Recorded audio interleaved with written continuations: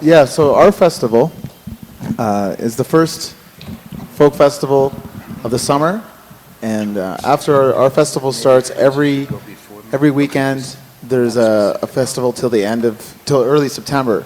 So there's an opportunity to come to Canada and to play it started our festival, and to go to festivals throughout the rest of the summer. So we share artists frequently between all the different buyers. We have an email list that we use to share tips on musicians that we've seen at events like this, and we trust each other in terms of our taste, and we can actually often if I come back from here and I say I love this band that I saw, I can forward YouTube clips to my colleagues, and they'll actually book the band based on my taste, because there's that level of trust that presenters have. It's a small community in Canada that presents folk music and world music, so there's that opportunity. I'm actually already working on doing a focus for 2013 at our festival on Garifuna music. There will be like the Garifuna Collective, Aurelio Martinez, and there is a musician from Ontario named Danny Michel, who who's collaborating with Garifuna Collective. He's a Canadian electric or folk singer. I can access funding from the Canada Council for the Arts under the special projects fund to help it helps with collaborative work. So if I bring musicians from Honduras, as long as they're collaborating with Canadian artists, I can access funds for the artists to come to Canada. And there's also international touring grant for artists that is a special allocation from the Canada Council for the Arts that's just for artists, non-Canadian artists, so that we can expose our communities to music from around the world. And it allows for us to go, expression we go to the well to get the water, we say. So you're bringing artists right from the very roots of their music into the community. We have a small but very vibrant Central American community in Winnipeg, primarily El Salvadorian and Guatemalan. So there are new communities, and it'd be nice to be able to bring music to those communities to make people feel at home in their new home. So those are some of the opportunities. So there's the networking opportunities to play multiple festivals in the summertime. We also do present, most of our folk festivals also produce year-round concert series, and so we present world music throughout the year. But if you're from Central America, you're going to want to come to Canada in the summer, not in the winter. You'll want to come to Canada in the summer, not in the winter. Because Canada is very cold, our festival season is there's a lot of festivals. So there's jazz and folk festivals the entire summer, and we partner with the jazz festivals because they also program world music. So there's opportunities there as well.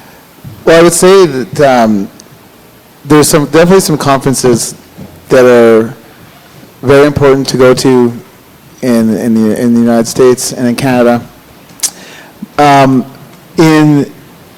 There's APAP in New York. Is APAP, the Association for Performing Arts Presenters, is in January. And what a lot of countries do that lack a lot of resources to attend those kind of events is that the countries work together. Like you have like a Central American booth, a Central American showcase, kind of a miniature version of what's actually happening here, but happening in APAP, where there's just literally like thousands of presenters that from everybody like myself, from festivals to programmers from performing arts centers all over North America. So it's a good way to get exposed.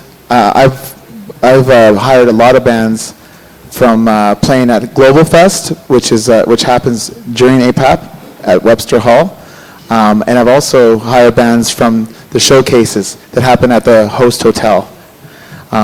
They're 20 minutes long, the showcases, and it's fantastic because if you should be able, if you're doing the right job, you should be able to knock me out in 20 minutes.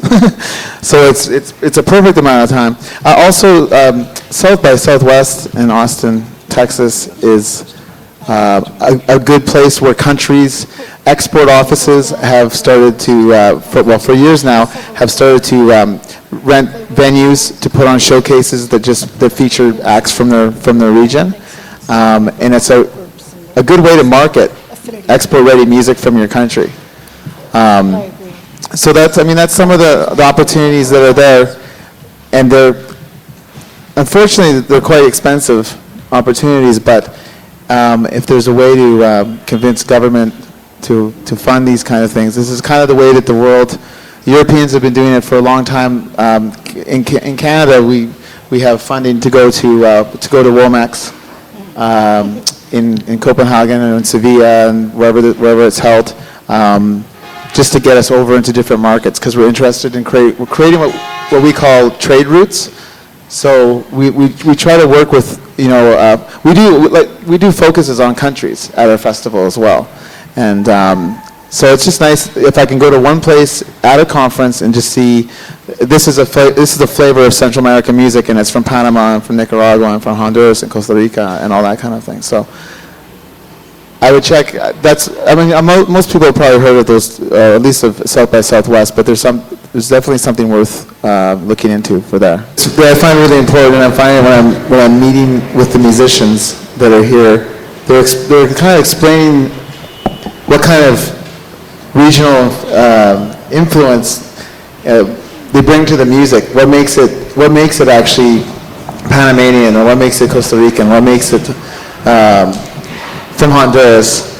And because sometimes I'll be listening to the music and I won't be educated enough on the traditional music of the region, and it might be what I'm actually enjoying or what I'm listening to, but I just don't know what it is.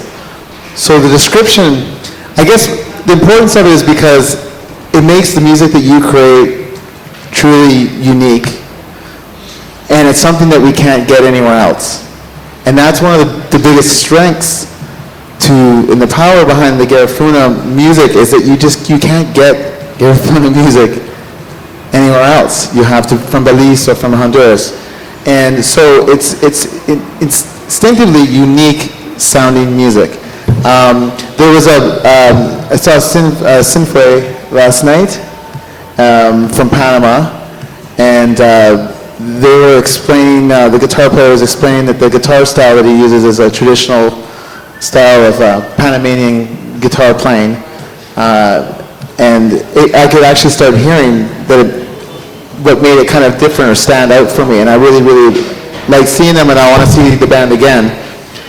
So I just encourage you to try to, whenever I have an opportunity to talk to a program or to maybe take an opportunity to describe almost what we're listening to, because we have such a wealth of music in North America, and a lot of world music in North America, that sometimes it's easier to hire bands from our own communities or from our own countries. That we would seldom hire a funk band from Panama because we have funk bands at home, right? So it's like I went to Norway one time and I saw a bluegrass band play in Norway, and I was like, honest, it was a perfect example. Why would I hire a bluegrass band, an institutionally American form of music, from Norway? So that's my point, is to give some shape and description to the music. Why what you play and do is actually is influenced by your surroundings and the country that you come from, and what makes it special. Because as music nerds, As music people that really love music and thrive on music and consume music, we like all the as much information as we can get about what makes the music sound the way that it does. And that's it.